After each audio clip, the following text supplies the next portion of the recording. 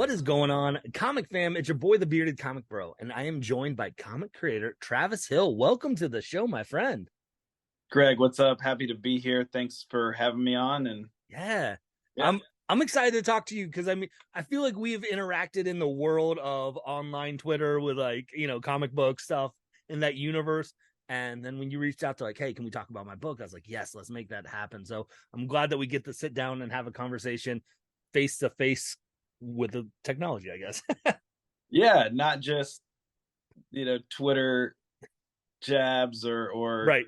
me jabbing at LeBron and you Yeah. being upset, however that works. Yeah, and like I agreed to the interview, and then right away you then like 2 minutes later posted something about LeBron. I'm like, oh man, we're gonna have to cancel this interview real quick. So Hey, all respect to the kid from Akron. that's right. He's brought a title to every city he's gone to. So That's right. no, But not nobody can say that. nobody can. I will say this, so as much we I will fall down a rabbit hole talking about LeBron and Michael with you, Sure. which we should probably just set up another time to do a whole nother stream of like comics and sports because there's such a whole world about that. And but before we lose people that don't care about sports like we do, Yeah, absolutely. I want to.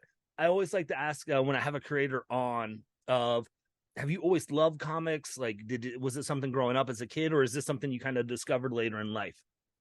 Yeah, no, I mean, I always loved comics. The first comic book I can remember. There's so many people who are like, you see these tweets that go viral or whatever. Like, this was the first comic book I ever got. The first comic I ever Yeah. read, and I'm like, I guess I can't remember. I just have been reading them forever. But I do remember my grandmother giving me this like really old Batman, like the Bam Pow type Batman, like 60s maybe like 70s, before Frank Miller revamped it into Yep. this darkness that it is now. Uh-huh. But yeah, I remember Batman and Robin being on the cover and the Joker with some like POW gun, and that's kind of the earliest. I was in elementary school, maybe first or second grade. But my comic journey really was solidified late elementary school through middle school. I read this. I read Knight's End, the Batman saga with Bane. It Yep. starts with like Nightfall, Night Quest. Well, I was given the graphic novel Knight's End, and I was like, "Oh, this is awesome!" But I had no idea that there was like another story You before mi- this that was like you missed the best astronomical. part. Yeah, I'm in like fifth grade, and I'm Yeah. like, this is awesome. Whoever this metallic Batman is, but this other Batman's coming back to get his spot. But then I find out, like, oh, this is other stuff has happened before this, and so I find out about the Nightfall series, because I always go to half price books. Like there was half price books like walking distance from my house. And if you don't know half price books, it's like a Texas used entertainment bookstore. And I think there are other places, Yeah, but we I have know. them. We have them. We have like I have five around my house here in Ohio, so in Central Okay, Ohio. So yeah. So yeah, when I always have to clarify that too, I'm like, oh, half price books and people because that's such a huge part of my origin story too as a collector. right, So I love it. yeah, that's it. And so I would ride my bike or walk up there on Saturdays right by my house, and you know dig through the bins, and I found out about the Nightfall series, and so I went on this quest, this what do they Oh, call? Night Quest. Yeah, I did. Yeah, what do they call it? Like back issue hunting or something. Yeah, yeah. And I did that all through middle school, high school. Finally, because somebody had dropped off a majority of them, but they were missing, and I made this list, and even through college, finally I got them all. Like every first appearance of Bane through the end of Night Quest, got them all straight from like used shops, like used bookstores or whatever. And so that whole like hunting down the Nightfall series really got me into like what else is in the comic book bin, what else is on the shelves. And so that's been kind of my journey into comics. I But knew it. I knew I liked you. Sports. yeah, Batman got you into comics. Like, all right, we're good. yeah, We that's can. it. So where did the transition then for you of going from okay, I got collecting now that you're like I want to look into writing comics and creating my own. Yeah, absolutely. So I grew up in the DFW area, Dallas Fort Worth. I went to school in Shreveport, Louisiana. Little thing people don't know about me. I after I graduated, I played basketball in college. And then I played a year of professional basketball right after college. Ended up having some surgeries, had a tumor on my hip, had hip replacement surgery. So was kind of done. Yeah. Went back to Shreveport to do a master's in education and start teaching high school math and coaching basketball. That's what I was doing. While I was there, I was working for my church, and we were running this. The church owned this house. It was in this kind of very low income neighborhood, and me and one of my good friends, we lived in the house. Like that's what we did, and we ran. And the house, we used it for like outreach for like high school kids. Like Well, just a tough neighborhood, like just rough spot, and so we just tried to do what we could. We had like, family meal nights, and just the church had like a little rundown basketball gym that had some of the best pickup basketball in the city, but it was awesome. And yeah. we would open it up for guys to play. And so we did that. And then I got to a point where teaching math just wasn't it for me anymore. And I came to Dallas to basically run gyms and do outreach for high school kids, like what I was doing out of the house for the church in Dallas with a nonprofit, and at the same time go to seminary, divinity school Okay. at Dallas Theological Seminary. And so I got into that. So that's the setup. And as I was in, and I thought, oh, I'm going to go be, a theology professor. I'm going to get my master in theology. I'm going to go ahead and finish up, do a PhD in theology. And this is going to be my academic road. But as I started to kind of reflect on the last 2 years I lived in Shreveport, and me and my roommate were in that house, this young guy, high school guy, got kicked out by his dad, and his dad said, you can't come back here. And so he came knocking on our door because he had been, coming to our house, hanging out, doing all that stuff, and he asked if he could live with us. It was kind of a weird thing. We were like, okay. And then he lived with us until he graduated, and he joined the Navy and became one of our good friends through that time. And so because of that, him like living with us just kind of allowed me to see a lot more of the reality of that some of these guys face. We tried to have conversations with his dad, and his dad was very stern, and he's not coming back here. He's messed up one too many times. And just you learn about a little bit more about the reality of the hardships with the proximity that you're in. And so I was reflecting on that a lot, being removed from it. And I had been, also diving into more independent comics and what comics could do outside of like, Batman beating up a criminal. Right. And so I had this idea of like, hey, this could be kind of a slice of life comic. And I started working on that. And the Dallas Seminary had a really good arts department at the time where I took a couple classes, collaborative art and theology, just thinking about, kind of theological themes into the work of art that you're building and how to reflect on that. And so that's the first class I took. And I started to mold this idea into like, how does my theology and my philosophy think about my lived experience in this time? And then I took some, then I had, so the artist for Thorn, Mark Pate. Yep. We were in school together.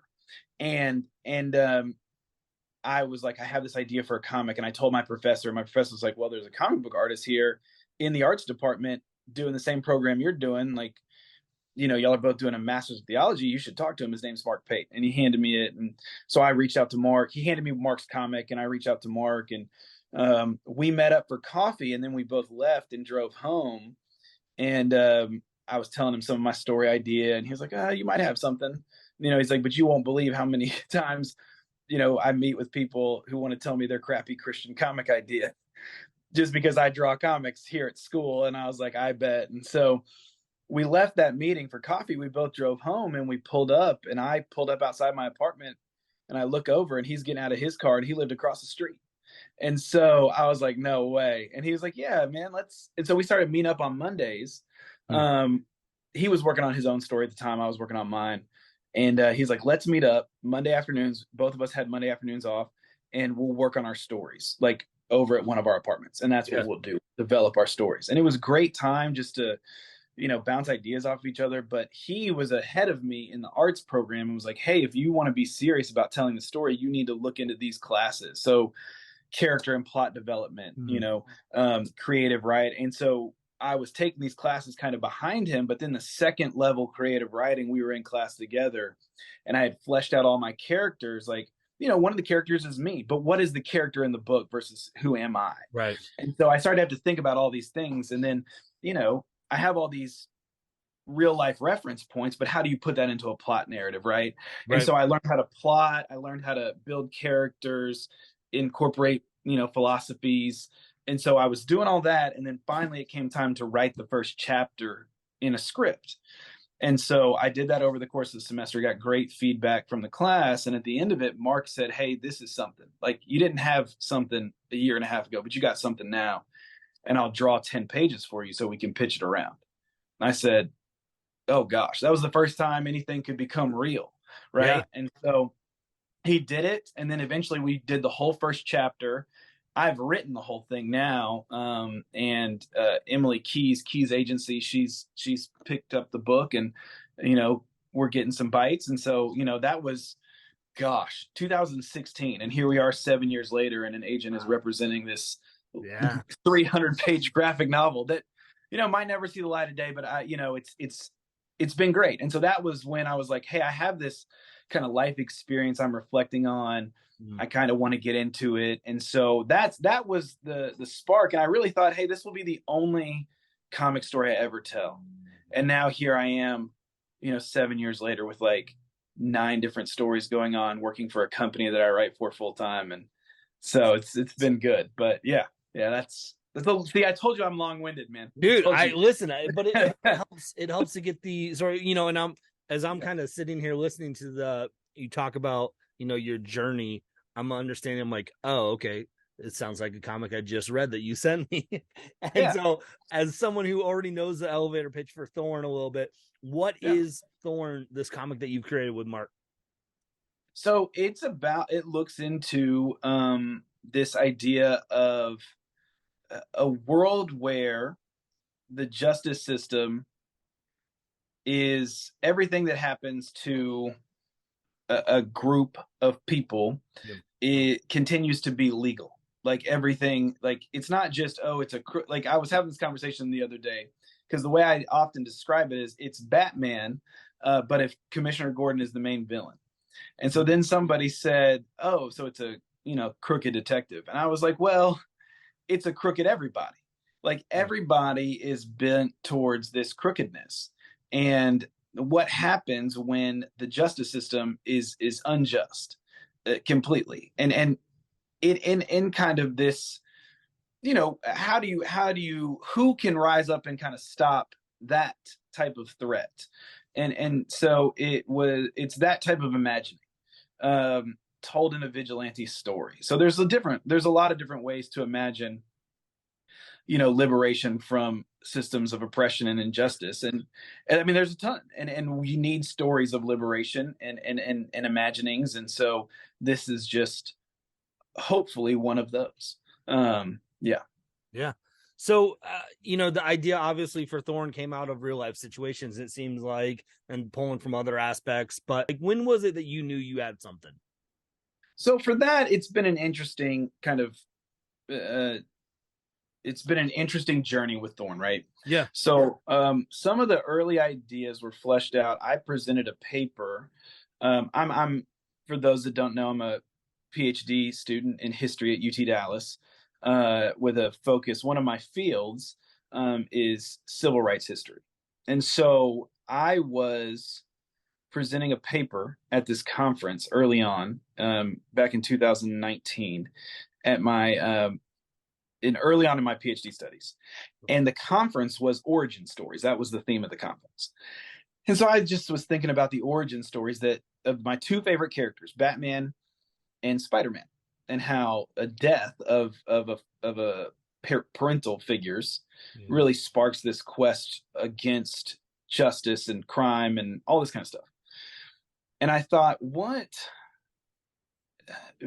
happens when you, the title of the paper was Black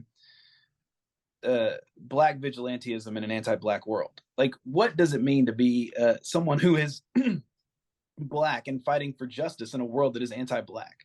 Mm. And thinking on that, and who is your villain and how do you stand against? And so that was just a thing. And so I was fleshing out some of the themes about, like, the, the like from the from city planning to the chief of police. Like, Yeah. if the world is structured against a particular group, then the way they view justice and evil has to be then and not just that group, but everybody needs to key in on the injustice and evil, and we can't just look at it and call it justice because it wants to take that name. Right. So that was kind of that was fleshing this out. And so then, we got the chance, Mark and I, to do a little short story in this mini anthology on superheroes. And so it was a, prose story with a pinup piece of art. And so I was like, hey, this kind of character that I had imagined in this paper, what if we kind of told a little short story about it? Just about, a guy, a vigilante guy, stopping some police officers from harassing somebody trying to move CDs on a street corner or whatever. And that's it. That simple. That's it. And so there's some dialogue in there about ideology of justice and criminality, and how, police don't just get to call people criminals because they want to or whatever. Yeah. And then Mark was like, okay, but if I'm gonna do a pinup piece, I want to design a real looking character. And so we spent time with what does it mean to be a really great vigilante character. And one of my big things was, hey, you need to have a really good logo, because you need to have something that goes on the chest that people, Superman, Batman, you need to have something that identifies this character with who they are. Like, you see that Superman symbol, that's power, that's hope, that's Right. what does that symbol stand for? Hope, right? Yep. And so we need to come up with something so that when people identify the hero, what does he stand for? And then it's got to be something about liberation and justice and those things. And then so I was trying to build out this world in my mind, even just in this short story. And so at the time, I was working for a organization in Dallas that partners with the Dallas Housing Authority, that runs the community centers in their government housing complexes. Right. So we were operating, and so at the time, my wife and I were living in affordable low income housing, and right in the neighborhood. We weren't in the DHA, Dallas Housing Authority apartments. We were right there, kind of next to them. But it's in this, it's northeast of downtown, Okay. and it's this little part of town. But whatever, doesn't matter. The town is called, or the housing authority complex is called the Roseland Townhomes. And so then you had, where I went to church, a very similar neighborhood, kind of government housing, kind of low income neighborhood. I went to church called in Dallas, out east on the east side of town, called Dolphin Heights. And so I was like, well, I don't want to make this like a real neighborhood, because I'm doing a lot of fictional things in the story. Right. So I merged them together and called it Rosebush Heights. And so who defends the rosebush? Well, the thorn does. And so that's kind of where I started to kind of birth these ideas. And part of that, and so these things all just started coming together with the presentation of that paper, this little short story. And then we did the 8-page, what has become the Zero Issue for Advent. And that was it. Like, and that was written at a time where kind of, the summer of 2020 and the murder of George Floyd, Yeah. had happened, and there's a lot of anger and frustration, rightfully so. And so my thing to do is write. How am I going to write about this? How am I going to think about it and put things into writing? And I wrote a script, just a little 8-page script, and that was it. That was probably going to be it. I had some ideas for what the story could become, something bigger, but that I was like, this is the 8-page thing. That's it. Yeah. And Mark drew it, and we, whatever. Um, but the reality is, and this is something I told Mark early on, this type of story has to be in the hands of the right publisher. It can't be just anybody. And early on, I've always loved what Tony Cottrell does over at Advent. I have had my eye on him since like I've been reading his stuff since like 2015, and I just love it. It's 90s classic with a good bent of social commentary Yeah. and just it and I mean, he doesn't skimp on art. It's good. It's just good. I enjoy it. And so I was like, I remember telling Mark when we first ever talked about writing a little Thorn story. I said, man, if this turned into something, I would love for Advent to pick it up, right? And so, anyways, Tony does this thing over at Advent where he says, hey, I need some free comics to put in my little $1 tier on Kickstarter. Does anybody want to put that in? And I said, and this was after we had finished the 8-page story, and we didn't really have anything to do with it. We were just kind of showing people, and that was it. And we gave it to Tony, and Tony said, yeah, I love this. Let me put it in whatever. And then flash forward like a year later, he had put it in some of his Kickstarter campaigns. September 2021, he hits me up and says, hey, I have Diamond distribution now for comics that I can bring in whatever. Do you want to bring Thorn over to Advent? And I almost like broke down, man. I was like that. Because that was, it's been 2 years thinking on these things, writing on these things, and knowing it had to be at the right place. And for the right place for Tony to reach out, that just blew me away. And so I was like, yes, whatever, whatever. And he's like, do you have more? And I was like, I have, ideas. I have more ideas. I had written 2 full scripts. Well, probably 4 at that time. I had written them, and I was like, I didn't think they were going anywhere. But again, cathartically thinking on, coming out of the summer 2020, those types of things, like I had been developing them. And so we worked it out. We talked it out, and yeah, came out with this 12-issue story that we have. And since then, the team has been kind of formed around that. Our editor Razul Berry is absolutely fantastic, and then Sheldon Allen is currently the script consultant, but he's going to come on, as a co-writer in some later issues. We're hoping we can get some backup stories in issues 5 through 8 that he writes, but then 9 through 12 is going to be me and him doing the whole thing. So it's just been great. It's been a journey, and just every step of the way has been, I think, carefully thought through, and just not trying to half-ass anything. That's what I'll say. Yeah. Well, I love when I'm doing an interview and the interviewee can take me to my next question, because I was going to ask how you got connected with Advent, and you're just like, dude, I got it. I already got you. Got it covered. Yeah.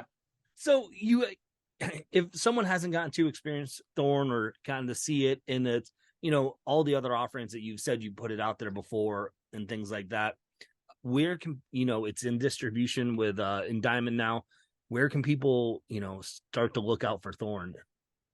Yeah, so I mean, at your local comic book shops, the issue 1 comes out July 5th. So, reach out, see if your shop has copies. If not, I would say, reach out to me or Advent somehow to see if we have extras. Because we haven't gotten our pre-order numbers from Diamond yet, so I don't know what the print numbers are looking like. Right. Yeah, but if you want to read the 0 issue, the 0 issue, the 8-page short story is up on my website, travisbhillcomics.com, with a lot of other things. I talked about that story about my life that Mark did the first chapter for, It's titled Mustard Seed, and the first chapter is up on my website. You can read it for free if you want. But if you really want to get into Thorn, the zero issue, the 8-page story is on my website. But also the zero issue that went out to shops on Free Comic Book Day. If you didn't get one of those, you can just message me on Twitter, Travis B Hill 5. And I'll send you a PDF, because the full zero issue doesn't just have a short story for Thorn, but it's like a normal Free Comic Book Day issue. It's got several Advent titles. Thorn just happens to be the cover title, but Cosmos is a big universe crossing event for the Advent superhero universe right now. Issue 8 just funded on Kickstarter, and it gives you the zero issue for that, and it is an awesome event. I love it. And then some other short stories for other things that Tony's putting out. So yeah. So Nice. if you want that whole, Free Comic Book Day issue, let me know, and I'll send you the PDF. That's so cool to hear. And it's like I said, yeah, I highly recommend checking out if you can get your hands on the issue 0, because it is a great framework for what we get then with leading into issue 1 of Thorn. Yeah, and I've had some questions about the first thing I got a question of, because I did a couple signings. They're like, hey, are these first 8 pages just reprinted in issue 1? And no, the zero issue is a standalone story that introduces you to the character and the themes of the book. But issue 1 picks up the you don't have to read the zero issue to get into issue 1. It starts right away on the Thorn story. Issue 0 is standalone, so it's just something you can miss, but I think it's great, and a lot of I think it's worth the read. I'll say that. And so it is. Well, and as someone who isn't as connected with it obviously as you are, because you created it, it allowed me to have an understanding of who the character was, what the theme of the book is going to be, so I could invest more in issue 1 before, and I was able to go in with a different mindset of, okay, this is what I'm getting here. I can prep. So I highly recommend it, because I thought, like you said, it stands alone and it works, but I think it's a really good leadway into what you're going to get with this series. So I like to sometimes show my cleverness, and this is one of those times. So we've talked about my love for Batman and how it got me into this. Read Thorn. Anybody who wants to read Thorn issue 0, and then Detective Comics number 27, the first appearance of Batman, and you'll see. Yeah, it's the Thorn 0 issue also acts as a homage to the first appearance of Batman as well. So good, so good. Travis, so we talked about this series. How now that you have like some backing behind you with Advent and you're moving forward with this story, how much of this world and universe have you fleshed out? I mean, the first 8 issues are written. Okay. The first 4 issues are finished, so they're ready to go. The next, Mark just sent me the final layouts for 6 today, so we'll start getting the colors laid down on that soon, and kind of wrap up some of the inks. But 7's about to start rolling, so the story's getting fleshed out. The world itself is, we are with Advent for 12 issues for right now, but there's another 12 issues that's been plotted behind that if we're fortunate enough to keep going. Yeah. And then what you'll see, and I know we're not getting into it as much, which is fine. I know you got to read a advanced copy, a reviewer's copy of issue 1, but you get a lot of flashback story, right? And so as you progress forward, you get flashback stories each issue, and so as kind of the world is getting fleshed out both directions, right? There's this kind of nexus point that that you start the story in, and as we go, if we do get to issue 24, 25, I think is where it would officially end. You'll get this whole kind of like life backstory for Alton, the main character, the Thorn character, and then you'll get this whole forward story. And my hope, I've said this, my hope is that, man, my hope is that we end it well, Yeah. and then leave it with Advent, like that. Say, hey, this is a gift to the Advent universe as a character, Yeah. and anybody else can come write it next. I want that idea. I think the great thing about these characters, Batman, Superman, Spider-Man, is they have some of these, all these big two characters or whatever. They have a life beyond the creator because they start as some idea Yeah. of justice these themes of justice, right? And then other people can take that and if you because there are going to be people that understand what's going on in Thorn maybe even more than I do when the time comes. I would love that, and I would love somebody to come in and write that story next. So so the world has been fleshed out in a particular way, but my hope is that somebody else fleshes it out more in the future. And so, Tony and I have talked very briefly and preliminary about the kind of the big like superhero Superman powerhouse. He's got a lot of powerhouse hitters in the Advent universe, but the big one is Titan.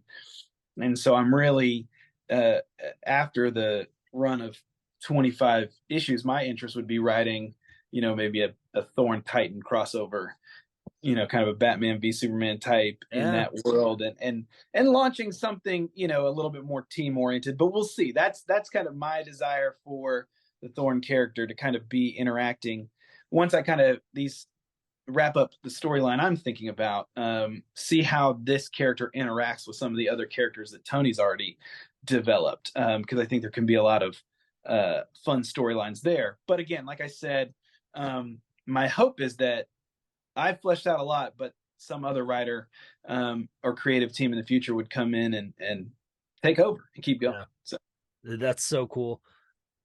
Travis, I know I could talk to you about comics and sports sure. and Batman and collecting and everything for hours. But I want to respect your time. I know you've already mentioned it kind of already in the interview, but where can people follow along with you to see what you're working on, keeping up to date? Yeah, so Travis B Hill 5 on Twitter and Instagram. On Instagram, Twitter is where you're getting a bunch of my random thoughts on the NBA, politics, religion, civil rights, justice, and comics, right? So most people probably should have me muted most of the time. I don't know, right? So there's a lot going on there, but if you want to know mainly about, but I think I'm fun to interact with sometimes. I think, I keep it lighthearted. I'm not, I think, feel free to come and interact with me on Twitter if you hear this and you want to. But if you're just looking for up-to-date info on what I'm doing in comics and what's going on, I rarely post on Instagram, and really it's only for like comic announcements when comics are coming out, what my next storyline is, new project releases, that kind of thing. So if that's all you're interested in, which is absolutely fine, then Instagram would be the best place to connect. So. Man, this has been a lot of fun, gang. Highly recommend checking out Travis on Twitter. You can see all the shenanigans of why he's wrong about LeBron on there. That's why I'm wrong. That should be my Twitter handle. Why I'm wrong, and it's people just acknowledging, explaining why I am wrong. I have bad opinions. All the links that Travis has mentioned are going to be in the description of this video. Also, if you're listening via the podcast on Apple Music or Spotify or wherever you listen to podcasts, it'll be in that description as well. Travis, thank you so much just for taking some time to talk about comics with me. Yeah, Greg, absolutely. Thank you so much, and glad we were able to make it work. Thank you for fitting me in your schedule. I know that you're a busy guy, so I'm glad we could do this. This was fun. Yeah, and real quick, we are recording this before the NBA Finals. I gotta know, what's your prediction? Who and how many games? Yeah. So That great way, if people questions. don't want to care, they can be like, "Oh, we've ended the interview. Now Yeah. I can get the finals prediction." There you go. All right. Nuggets in 5 Okay. because they're rested. They had 10 days off. The Heat had to go 7, and they had to go immediately. They're on the road. Yep. They're on like a long road trip. They left Miami to play Game 7 in Boston. Now they got to go to the high altitude of Denver for Game 1 on 2 days rest. That's going to be a grueling. I think the first quarter is going to be real sloppy. A team that's dragging, just been exhausted, and then the other team that has had this could be a little sluggish, but I don't think Denver loses either of those first 2 games, and I think they get one in Miami and close it out in Denver. That's what I think. Now, if the Heat hadn't been pushed to Game 7 and they both would have been a sweep, I'd have a very different answer. But that's the nature of basketball. So Yep. I would love to see Jimmy get it done. This like 8 seed storybook Cinderella run for his title. Buckets. Little information that came out. I did not know this. So Centenary College, I have this shirt on that's like 14 years old. I should throw it away. But it's like my last basketball shirt that I got from my school. But yeah, I did not know this, but my coach, my sophomore year, my coach at Centenary offered Jimmy Butler his only Division I scholarship offer out of high school. I learned that last week. They did like a report on him on some whatever, and like the only offer he got was Centenary College. So I was if now Jimmy's a smart guy. He decided to go to junior college at Tyler Junior College, and then ended up at Marquette. Great move, Jimmy Butler. But if he wouldn't have been as smart as he would have, we would have been teammates for a couple of years. So learning that last week and just kind of enjoying his competitive drive. I hope the Heat win, but I think it's Nuggets in 5. Nice. Well, there you go, gang. There you have it. So, all right. Well, with that again being said, gang, thanks so much for watching. And hopefully you can find some time to curl up, grab a book, and nerd out. Peace.